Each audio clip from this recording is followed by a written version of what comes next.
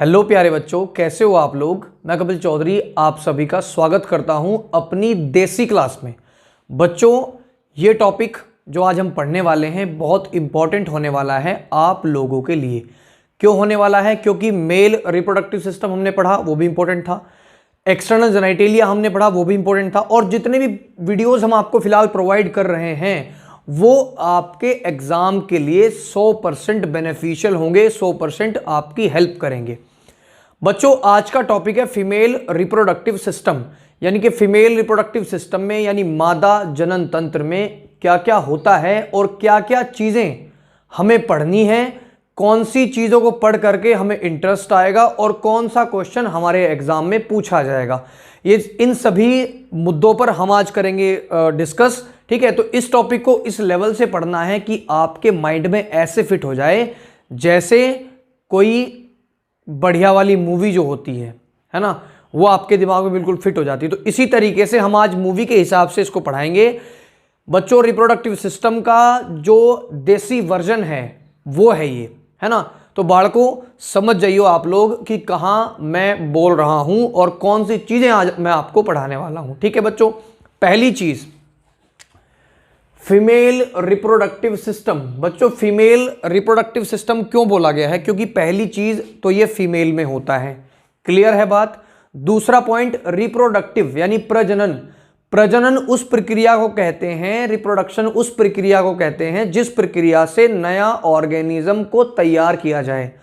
सीधी सीधी भाषा में तो मैं आपको बताऊं, एक नया बच्चा जब जन्म लेता है वो रिप्रोडक्शन की हेल्प से ही लेता है, यानी उसको रिप्रोडक्शन की प्रोसेस से गुजरना पड़ता है। ठीक है, तभी वो जन्म लेगा। अगर रिप्रोडक्शन नहीं होगा तो जन्म नहीं लेगा। ठीक है, उसके बाद बच्चों ये है आपका सिस्टम। सिस्टम किसे कहते हैं? जिसमें कई सारी चीजें मिलकर के काम कर रही हों। ठीक है, एक भी चीज अगर मना कर दे, मैं नहीं करती, तो प्रॉब्लम आ जाएगी, है ना। अब देखो, यहां पूरा सिस्टम काम कर रहा है, अगर एक भी चीज मना कर दे तो प्रॉब्लम आ जाएगी। अब एक एक चीज वो सिस्टम में कौन कौन सी हैं उनको हम जानने की कर रहे हैं कोशिश फिलहाल। ठीक है बच्चों, यहां पर आ जाओ जरा, इधर आओ। ठीक है, इधर आओ। मादा जनन तंत्र में ये वाले भाग आप लोगों को पढ़ने होंगे। इनमें से ही आपके पास क्वेश्चंस आएंगे और जो बच्चे एकेडमिक में हैं उनको ये डायग्राम भी बनाना पड़ेगा। इसकी वीडियो में आपको बताऊंगा कैसे आपको डायग्राम बनाना है। सारे डायग्राम्स की वीडियो धीरे धीरे आपको मिलने वाली है। भाई, मुझे चोट लग गई थी, एक्सीडेंट हो गया था मेरा, तो थोड़ी सी प्रॉब्लम मुझे हो रही है। लेफ्ट हैंड मेरा बहुत कम चल रहा है। ठीक है बच्चों, मादा जनन तंत्र के अंदर पहला होता है ओवरी। इधर आ जाओ जरा। ठीक है, पहला क्या होता है? ओवरी। ओवरी को कहते हैं अंडाशय। ठीक है, क्या कह रहे हैं भाई? ओवरी को कहते हैं अंडाशय। अंडाशय का मतलब होता है, देखो इसका संधि विच्छेद कर दो। अंडाशय मतलब अंड प्लस आशय। अंड किसे कहते हैं? ओवम को कहते हैं, एग को कहते हैं, अंडे को कहते हैं। ठीक है, आपको पता है कि ओवरी अंडा रिलीज करती है। ठीक है, बात समझ में आ गई। आशय किसे कहते हैं? घर, यानी कि जहां पर अंडे रुकते हों। ठीक है, अंडों का घर अंडाशय होता है। ठीक है, बात को समझ गए। तो ओवरी जो है हमारे पास कितनी होती है? 2। इनके फंक्शन आपको धीरे धीरे बताता चलूंगा। ये हमारे पास क्या है? 2 ओवरी है बच्चों। ठीक है, ये वाली ओवरी है, ये वाली ओवरी है, तो 2 है। ये राइट ओवरी, ये लेफ्ट ओवरी। ठीक है, ऐसे है ये। ठीक है, तो ये राइट और ये उठ नहीं रहा, मेरा हाथ थोड़ा कम उठ रहा है। ठीक है, मैं कोशिश भी नहीं कर रहा हूं उसको उठाने की क्योंकि चोट ज्यादा लग गई थी। ठीक है बच्चों, उसके बाद में दूसरा जो है आपका वो है फैलोपियन ट्यूब, यानी कि फैलोपियन नलिका। ठीक है बच्चों, ये वाली जो है आपकी, ये आपकी फैलोपियन नलिका है। ठीक है, इस नलिका का काम यहां से ओवम और स्पर्म का जो जाइगोट बनता है उसको यहां पे लाना है यूट्रस में। अभी बताऊंगा धीरे धीरे, पहले आप 1 बाय 1 जान लो। ये फैलोपियन ट्यूब भी 2 होती हैं, एक ये वाली हो गई इधर से लाने वाली, और एक इधर से लाने वाली हो गई। समझ गए? फैलोपियन नलिका 3 प्रकार की हो रही है आपकी। ठीक है, यानी सॉरी, जो आपकी ओविडक्ट है, जो आपकी ओविडक्ट, इसको हम ओविडक्ट भी कह सकते हैं। तो ये ओविडक्ट 3 प्रकार की है आपकी। ठीक है, कैसे? एक तो होता है इनफंडिबुलम, ये वाला पोर्शन जो है इनफंडिबुलम है, ये वाला पोर्शन आपका एम्प्यूला है, और ये आपका जो है ये आपकी फैलोपियन ट्यूब है। ठीक है, लेकिन इतना कभी पूछा नहीं जाएगा, आपको बस ये समझ लो कि ये ओविडक्ट है और इसको फैलोपियन नलिका कहते हैं। ठीक है बच्चों, दूसरे पोर्शन पे आते हैं तो यूट्रस। देखो, यूट्रस का मतलब होता है आपका गर्भाशय। अब वही पहले वाला प्रोसेस हम इसमें लागू करेंगे। गर्भाशय को आप इसका संधि विच्छेद करो, गर्भ प्लस आशय। गर्भ यानी गर्भ किसे कहते हैं? गर्भ होता है जब एक नया बच्चा जन्म लेता है तो गर्भ उसके लिए यूज होता है टर्म, यानी कि जहां पर बच्चा अपना भोजन लेता है, जहां पर बच्चा 8-9 महीने रुकता है, उसको हम गर्भ कहते हैं, ठीक है, या एक छोटा बच्चा कहते हैं। तो गर्भाशय मतलब गर्भ को रखने वाला, यानी गर्भ का घर यूट्रस होता है, ठीक है, गर्भाशय यानी बच्चे को रखने वाला, ठीक है बच्चों। उसके बाद होता है वजाइना। वजाइना एक मोस्ट इंपॉर्टेंट पार्ट है जिसकी वजह से आपका जो स्पर्म है, ठीक है, आपका जो स्पर्म है, जो आपका मेल पेनिस है, वो मेल पेनिस उसको लेकर के जाता है, ठीक है, कॉपुलेशन जब मैथुन क्रिया होती है, ठीक है, और इंसेमिनेशन कर देता है अपने स्पर्म को, ठीक है, तो इसी के माध्यम से जाता है। ये आपकी वजाइना है, ठीक है, ये वाली वजाइना। इस वजाइना की जो लेंथ है, देखो पहले मैं आपको बता दूं कि ये मस्कुलर है। मस्कुलर मतलब इसका कोई साइज फिक्स नहीं है, ठीक है, साइज बड़ा भी हो सकता है, छोटा भी, क्योंकि ये आपकी स्क्वेमस एपिथेलियम टिश्यू की बनी हुई है, तो साइज बढ़ता रहता है, कम होता है, पतला होता है, ठीक है, बढ़ जाता है, कम हो जाता है, कहने का मतलब ये है, ठीक है। 8 से 9 सेंटीमीटर इसकी लंबाई, यानी यहां से लेकर के 8 से 9 सेंटीमीटर तक ये सर्विक्स तक जाती है, ठीक है, यानी जो वजाइना है ये सर्विक्स पे जाके टकराती है। यूट्रस भी सर्विक्स पे आपका, सर्विक्स से आपका जुड़ा हुआ है, तो सर्विक्स जो है वो इसको बांटने का काम करता है, यानी यूट्रस को अलग और वजाइना को अलग, ठीक है। उसके बाद बच्चों एक्सटर्नल जेनाइटिलिया। एक्सटर्नल जेनाइटिलिया का आप डायग्राम यहाँ पे देखो, ठीक है, डायग्राम देखो। एक्सटर्नल जेनाइटिलिया मैं पहले ही पढ़ा चुका हूं। जो चीज, जो पार्ट आपको सामने से दिखाई दे, ठीक है, अगर हम एक नेकेड बॉडी को देखें, है ना, एक नेकेड बॉडी को देखें तो उस नेकेड बॉडी को जब हम एट फ्रंट हमें दिखाई देगी वो एक्सटर्नल जेनाइटिलिया होता है। मैंने आपको पढ़ाया हुआ है, वीडियो का लिंक आपको डिस्क्रिप्शन में दे दूंगा, और बताओ आपकी इच्छा पूरी कर दूंगा, ठीक है। उसके बाद बच्चों बार्थोलिन ग्लैंड, बार्थोलिन ग्रंथियां होती हैं। देखो आपका जो रिप्रोडक्टिव सिस्टम होता है उसके जो वजाइनल पोर्शन है उसके बिहाइंड या पीछे कह सकते हैं कि बार्थोलिन ग्रंथियां होती हैं, है ना। कई बार आप लोग देखते होंगे कि वजाइना से एक चिपचिपा पदार्थ भी रिलीज होता है, ठीक है, व्हाइट कलर का फ्लूइडी सब्सटेंस, ठीक है, वो क्या करता है, उसके एसिडिक मीडियम को बेसिक बना देता है, ठीक है, यानी पहले खट्टा था तो धीरे धीरे क्या करता है, वो बेसिक चीजें रिलीज करता है तो वो न्यूट्रल हो जाता है आपका, ठीक है। जब न्यूट्रल हो जाता है तो आप लोग देख सकते हैं कि ये जो आपका इसमें से फ्लूइडी सब्सटेंस होगा, इसका जो टेस्ट होगा वो आपका नमक का होगा, क्योंकि acid plus base is equal to salt, ठीक है। बात को समझ गए होंगे, बहुत होशियार हो। तो बार्थोलिन ग्रंथियां क्या करती हैं, क्षार रिलीज करती हैं, क्षार रिलीज करते हैं, क्षार कहते हैं बेस को, ठीक है बच्चों, समझ गए हों। उसके बाद बच्चों क्लाइटोरिस।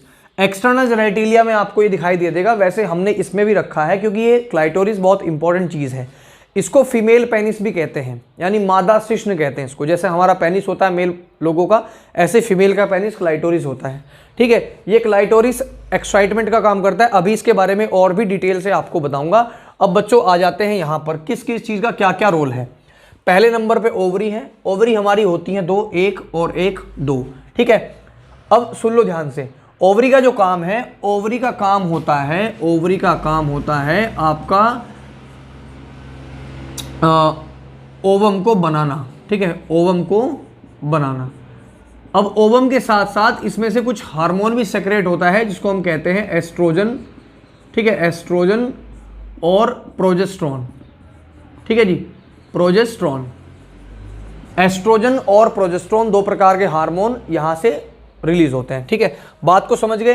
तो बच्चों यहां पर आपकी होता है ओवम, और ये ओवम इसको फिमरी उठा लेती है। लेकिन उससे पहले आप लोग एक इंटरेस्टिंग चीज मैं आप लोगों को बताऊं तो बच्चों, आप लोगों की जो फीमेल बॉडी होती है, यानी बेसिकली जो गर्ल्स होती हैं, उनमें जन्म से ही एग बनना शुरू हो जाता है, ठीक है, जन्म से ही एग बनना शुरू हो जाता है। बस फर्क इतना है कि उनका जो एग रहता है वो इमैच्योर रहता है, अपरिपक्व रहता है, ठीक है।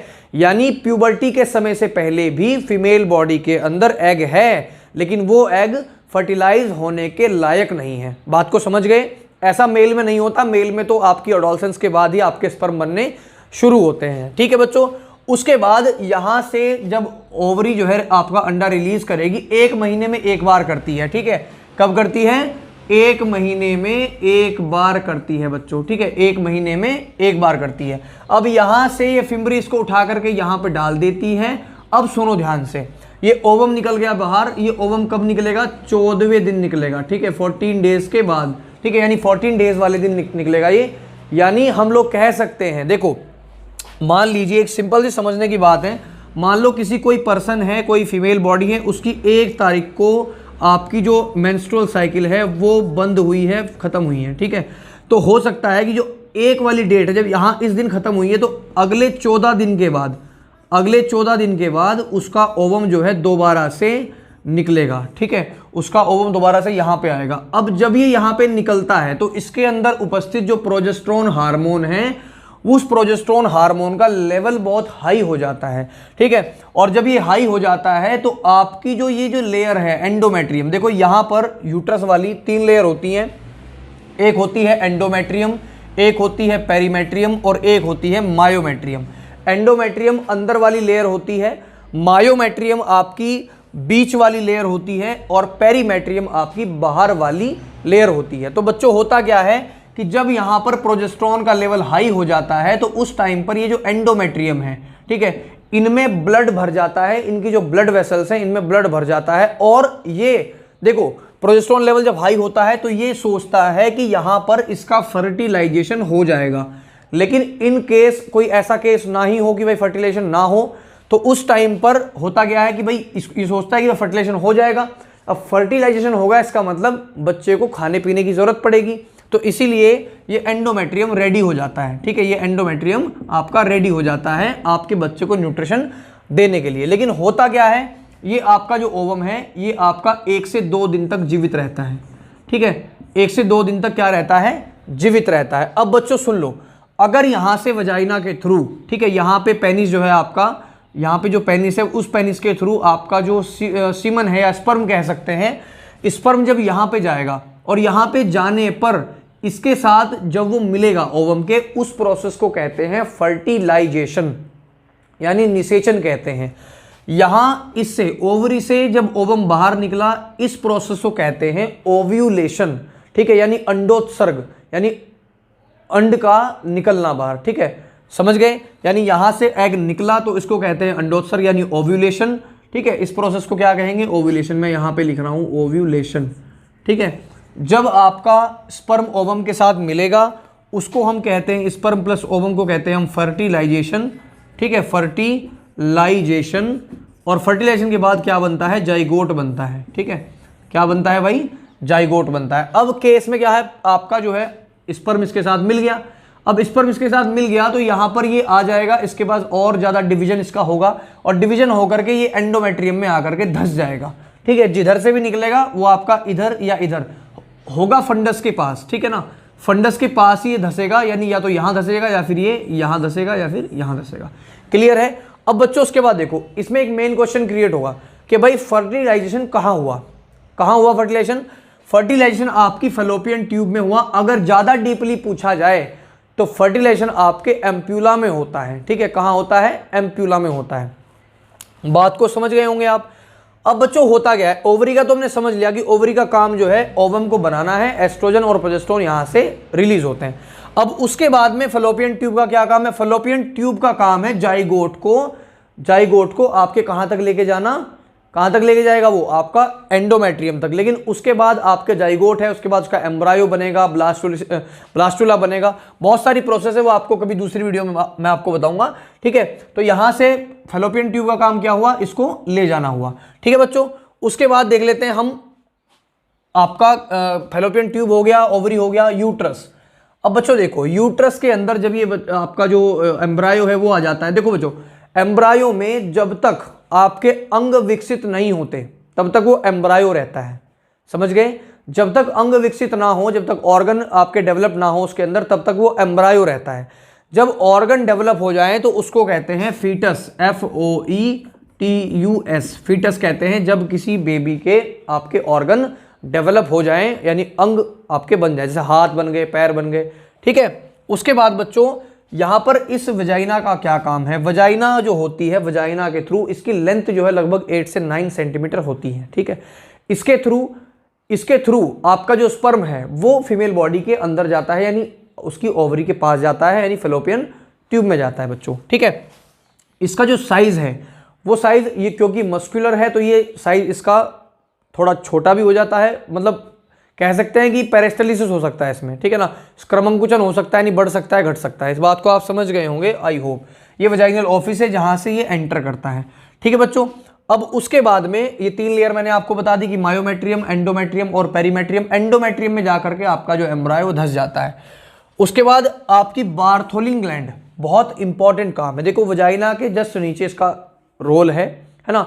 और मैथुन के समय यानी कोपुलेशन के टाइम पर आपने देखा होगा, ठीक है, अगर नहीं भी देखा हो तो कोई बात नहीं, तो उस टाइम पर फीमेल बॉडी यानी फीमेल की जो वजाइना है वो एक फ्लूइड रिलीज करती है। क्या रिलीज करती है? फ्लूइड रिलीज करती है। वो फ्लूइड थोड़ा व्हाइट कलर का होता है। अब बच्चों देखो, यहां से मान लो जैसे स्पर्म आपके जाएंगे तो ये स्पर्म कुछ इस तरीके के होते हैं, ठीक है, मैं आपको दिखा दूं। स्पर्म कुछ इस तरीके के होते हैं। जैसे ये स्पर्म अंदर एंटर करते हैं तो यहाँ का जो मीडियम होता है वो होता है एसिडिक मीडियम, ठीक है। तो जब वो एंटर करते हैं, स्पर्म जो एंटर करते हैं, तो आपकी जो बार्थोलिन ग्लैंड है वो एक क्षार रिलीज करती है। क्षार यानी बेस, ठीक है। क्या करती है रिलीज? क्षार रिलीज करती है, जिसको हम बेस भी कह सकते हैं अंग्रेजी में, ठीक है, बेस। अब होता गया जब एसिडिक मीडियम है यहां पर और बेस आपका मिल गया तो क्या हो जाएगा? सोल्ट। इसीलिए इसका जो आपका कह सकते हैं कि जो टेस्ट होगा वो टेस्ट थोड़ा सॉल्टी होगा, ठीक है। आप लोग इसको बहुत आसानी से समझ सकते हैं। अब बच्चों देखो, ये सब चीज जो भी मैंने आपको बताई, सर्विक्स इसमें रह गया। सर्विक्स वजाइना को और यूट्रस को अलग करता है, ठीक है। क्लाइटोरिस का जो काम है, देखो क्लाइटोरिस जो होती है वो सबसे ऊपर, देखो जो एक्सटर्नल जेनिटेलिया है उसमें जो आपका ऊपर वाला पार्ट यानी जो यूरेथ्रल ऑफिस है, जहां से हम लोग पेशाब करते हैं, जो फीमेल बॉडी पेशाब करती है, उसके जस्ट ऊपर एक छोटी सी संरचना होती है, इसको क्लाइटोरिस कहते हैं। उस क्लाइटोरिस का काम फीमेल बॉडी के अंदर, मादा शरीर के अंदर एक्साइटमेंट का काम करने का है, यानी सेक्सुअल एक्साइटमेंट को वो बढ़ाता है। आई होप बच्चों आज की वीडियो आपको बहुत पसंद आई होगी। अगर वीडियो आप लोगों को पसंद आई हो, हेल्पफुल लगी हो, तो वीडियो को लाइक ज़रूर करें और हमारे इस चैनल को भी सब्सक्राइब करें। आप लोगों का प्यार ऐसे ही हमें मिलता रहे तो हम बहुत ज़्यादा ग्रो कर पाएंगे और आप लोगों की ऐसे ही हेल्प कर पाएंगे। बच्चों आज के लिए इतना ही। जय हिंद, जय भारत। फिर मिलते हैं। और हाँ, इंस्टाग्राम पे भी फॉलो कर लीजिए।